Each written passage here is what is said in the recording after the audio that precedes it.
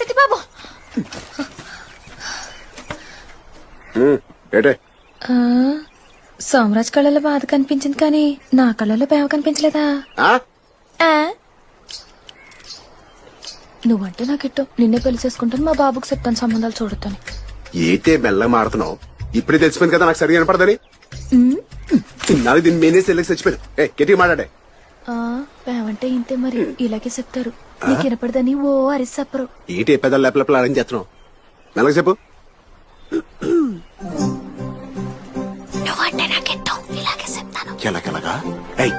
ఇప్పుడు మెల్లిగా సౌండ్ లేకుండా చెప్పు.